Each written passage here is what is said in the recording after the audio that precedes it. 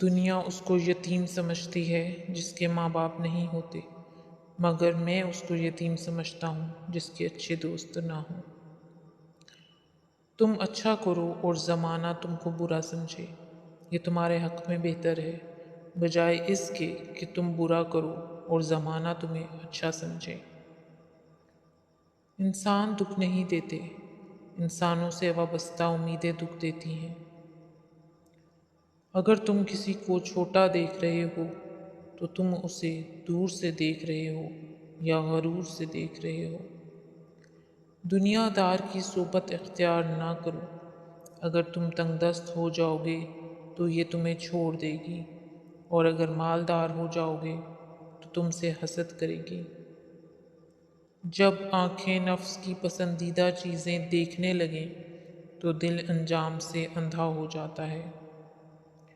اگر تم سیدھے راستے پہ ہو اور تم کسی مشکلات کا سامنا نہیں کر رہے ہو تو تم سوچو کچھ دیر کے لیے، ہو سکتا ہے کہ تم غلط راستے پر ہو، کیونکہ سیدھا راستہ مشکلات پر مشتمل ہوتا ہے۔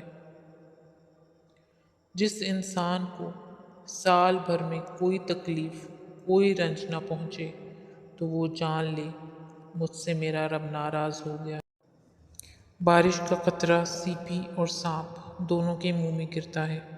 سیپی اسے موتی بنا دیتی ہے اور سانپ اسے زہر، جس کا جیسا ظرف ویسی اس کی تخلیق ہوتی ہے۔ کوشش کرو کہ تم دنیا میں رہو، دنیا تم میں نہ رہے، کیونکہ کشتی جب تک پانی میں رہتی ہے خوب تیرتی ہے، لیکن جب پانی کشتی میں آ جائے تو وہ ڈوب جاتی ہے۔ اپنی سوچوں کو پانی کے قطروں سے زیادہ شفاف رکھو، کیونکہ جس طرح قطروں سے دریا بنتا ہے اسی طرح سوچوں سے ایمان بنتا ہے۔ کارخانہ قدرت میں تفکر کرنا بھی ایک عبادت ہے۔ شرافت عقل و ادب سے ہے، نہ کہ مال و نسب سے ہے۔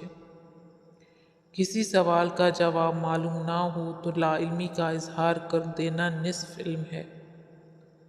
اگر کسی پر بھروسہ کرو تو آخر تک کرو، نتیجہ چاہے کچھ بھی نکلے، آخر میں آپ کو ایک سچا دوست ملے گا یا پھر ایک اچھا سبق۔ جس انسان کی جان نکل جائے تو وہ زندہ نہیں رہتا، اور جس انسان سے احساس نکل جائے تو پھر وہ انسان ہی نہیں رہتا۔ کسی بھی وجہ سے گناہ نہ کرو، کیونکہ وجہ ختم ہو جائے گی، گناہ نہیں۔ ہر نیکی کے لیے تکلیف اٹھا لیا کرو، کیونکہ تکلیف ختم ہو جائے گی، نیکی نہیں۔